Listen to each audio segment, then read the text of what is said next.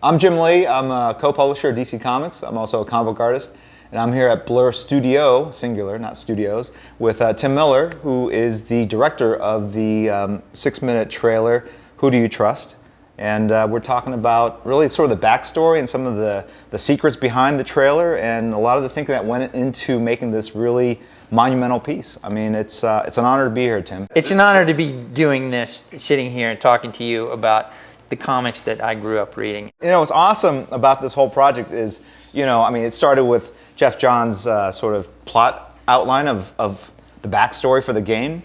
And I remember he led the synopsis with this quote, "Your future is what you make it," and then he wrote like Lex Luthor. And I love that because it made it seem so real, like, oh, there's a quote from a historic figure. But he really laid out this huge story, and out of all the stuff that's part of the backstory, you went in and picked a sequence that really highlighted the characters and you know, really added stuff to it that really wasn't there. And I thought it was amazing and how you really took that moment in time and made this epic sort of Gotterdammerung kind of thing. So what inspired you to kind of pick the sequence that you did and expand it to the size that you did? Well, I've always been a fan of last stand moments. You know, it's when people are either at their best or at their worst, is that, you know, crucible in time and when you're facing death. And Jeff's comment there, he had a little piece in the story about the last battle of the superheroes and they all die. And I thought, just as a fan, that's the moment I want to see. I want to see that moment where Luthor wins this thing that he's been fighting for his whole entire life, right, in the comics, and he finally achieves it.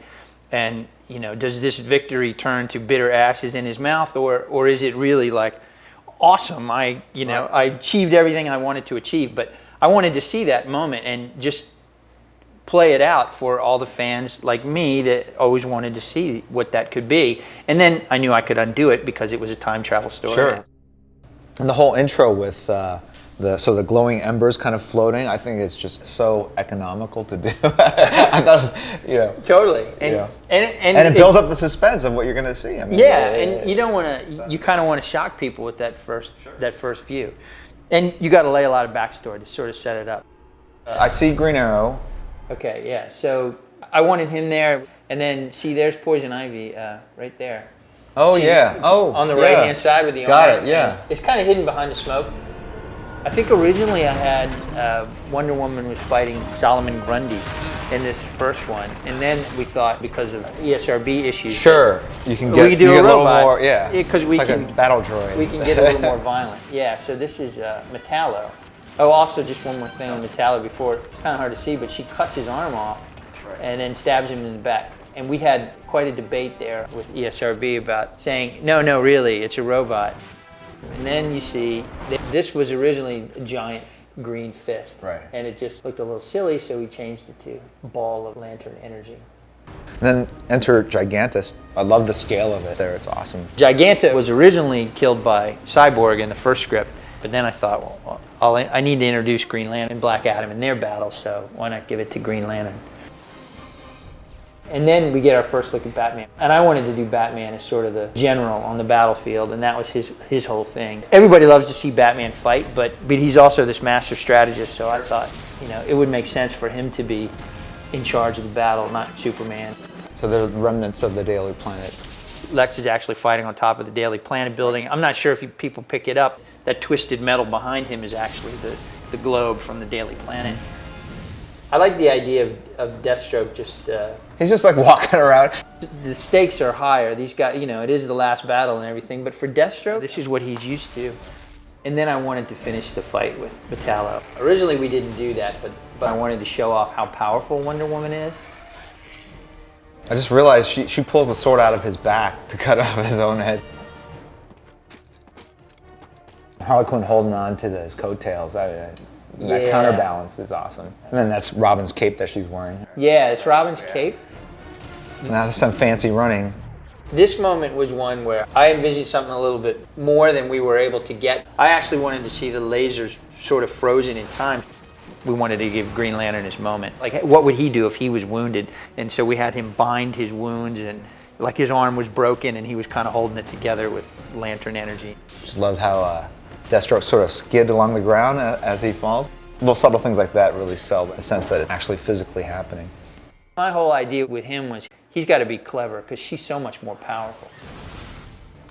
I love how the shield actually segmented it. It's not just like this big disc. I mean, one of the fans said online, why does he do it 3 times? Doesn't he figure out that it doesn't work the first time? Why does he keep doing it? When things are happening this fast, you do the thing that... Yeah, well, that was kind of what I was going for. He's desperately just trying to get this guy off. Yeah, hang on, right.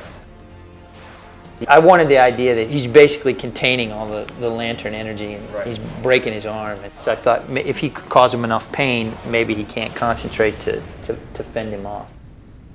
And then my homage to Kingdom Come with Shazam creating this huge explosion. The idea of a power ring kind of crack like that. Does Batman survive this?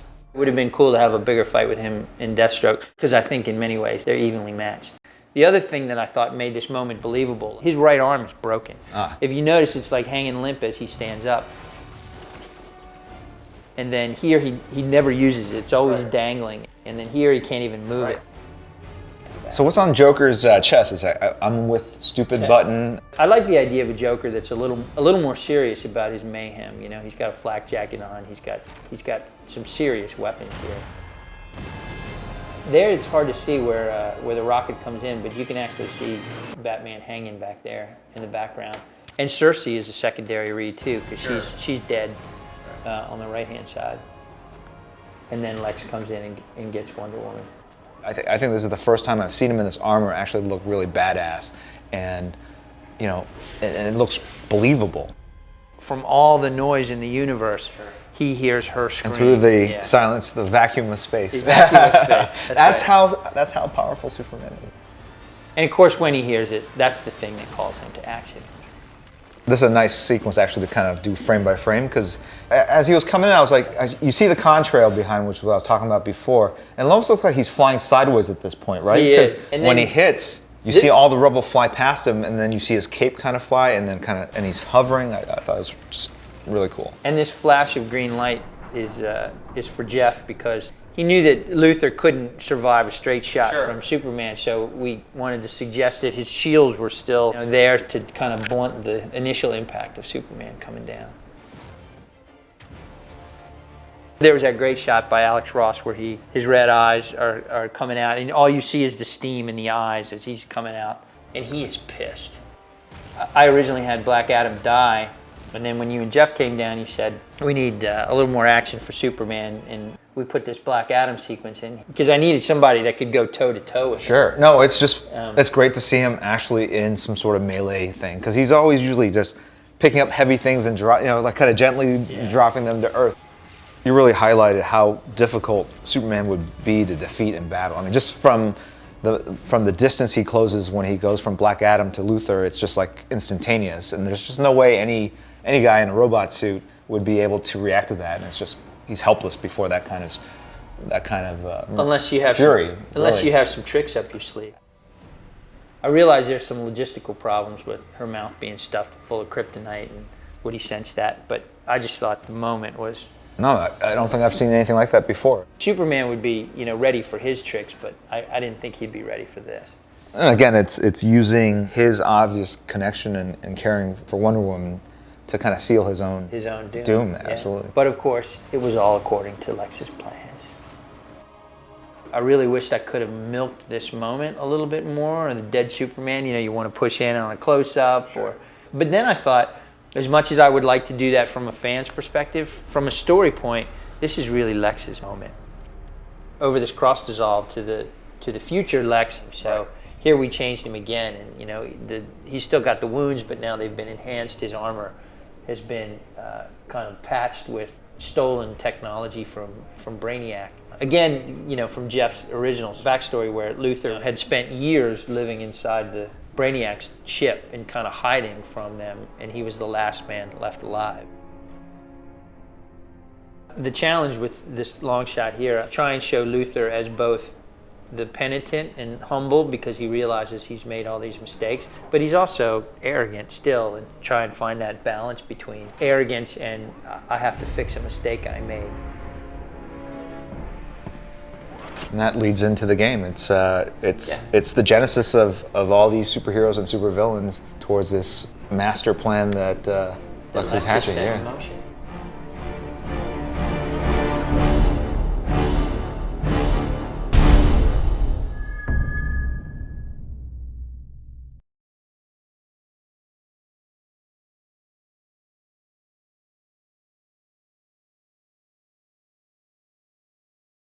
Sony.